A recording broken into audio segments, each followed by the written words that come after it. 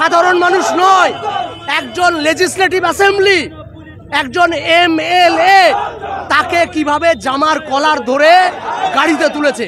এটা পশ্চিমকে আমাদের শান্তিপূর্ণ অবস্থান ছিল ধর্মতলার মেট্রো চ্যানেলে।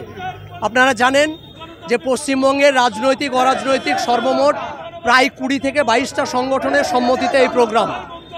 আর পরবর্তী অংশটুকু আপনারা চ্যানেলে দেখালেন যে কিভাবে মমতার দলদাস প্রশাসন নির্মমভাবে একজন রাজ্যের বিরোধী বিধায়ককে, সাধারণ মানুষ নয়, একজন লেজিসলেটিভ অ্যাসেম্বলি, একজন MLA তাকে কিভাবে জামার কলার ধরে গাড়িতে তুলেছে। এটা পশ্চিমবঙ্গের গণতন্ত্রের নগ্ন দশার চিত্র।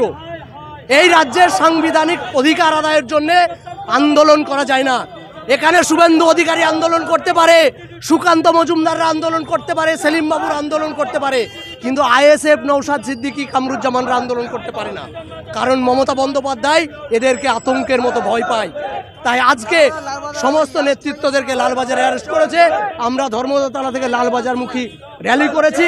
আমরা লালবাজার যাব, জেল ভরো আন্দোলন করব। সেটাই তো বলছি যে একজন রাজ্যের বিরোধী চলুন সেকুলার, কিন্তু আজকে সেকুলারকে পায়ের তলায় মিশিয়ে দেওয়া হচ্ছে। আজকে সেকুলার বলে কিচ্ছু নেই। আজকে বিশেষ করে মুসলিম সম্প্রদায়ের উপরে সারা দেশ জুড়ে, সারা রাজ্য জুড়ে, সারা শহর জুড়ে একটা নিপীড়ন করার চেষ্টা চলছে, একটা পদপিষ্ট করার পরিকল্পনা চালাচ্ছে। এই জন্য রাজ্য সরকার আপনি সজাগ হন। 26-এর ভোট আসছে, মুসলমান জবাব দেবে। যদি আমরা এসআর প্রক্রিয়াকে আমরা বাতিল না করাতে পেরেছি, আমরা এই আন্দোলনের পথ আমরা ছাড়বো না। পুলিশ কিরকম ছিঁড়েছে দেখুন, আমাদেরকে পুলিশ টর্চার করেছে, মেরেছে। আন্দোলন করার অধিকার সংবিধান আমাকে দিয়েছে,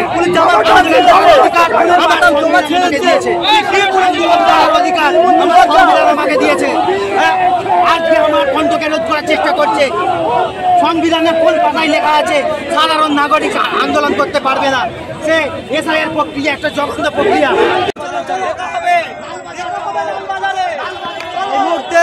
এই মুহূর্তে ISF কর্মীরা লালবাজার অভিযানের ডাক দিচ্ছেন, সেই ছবি দেখানোর চেষ্টা করছে আমরা। একেবারে উত্তপ্ত পরিস্থিতি, কোনো রকমে পুলিশ প্রশাসন সামাল দিতে পারছে না। পুলিশের সাথে ধস্তাধস্তি রীতিমতো ISF কর্মীদের, সেই ছবি আমরা এক্সক্লুসিভ দেখানোর চেষ্টা করছি এই মুহূর্তে। সেই ছবি, একেবারে উত্তপ্ত পরিস্থিতি, সেই ছবি আমরা দেখানোর চেষ্টা করছি। অবিলম্বে নওশাদ ভাইজান ও তার সাথীদের মুক্তি দিতে হবে। অন্যায়ভাবে নওশাদ ভাইজান ও তার সাথীদের গ্রেপ্তার করা হলো কেন? রাজ্য সরকার জবাব দাও। অবিলম্বে নওশাদ ভাইজান ও তার সাথীদের মুক্তি দিতে হবে। অন্যায়ভাবে নওশাদ ভাইজান ও সাথীদের কেন গ্রেপ্তার করা হলো? রাজ্য সরকার জবাব দাও। রাজ্য সরকার বন্ধ হচ্ছে, আমাদের সংগ্রাম চলছে এবং আগামীতে এই আন্দোলন আরো বৃহত্তম আন্দোলনে আমরা পরিণত করব। কেন্দ্র সরকারের মদত করছে রাজ্যের পুলিশ, কিন্তু একাংশ পুলিশ আছে যারা কেন্দ্র সরকারের সাথে মিলে কাজ করছে।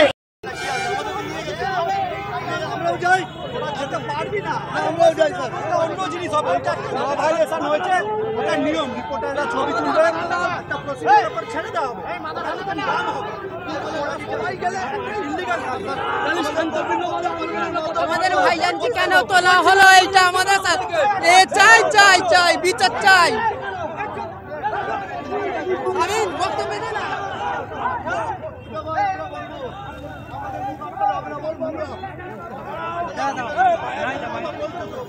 আমাদের ISF ভাইদের কেন তোলা হলো? এর বিচার চাই।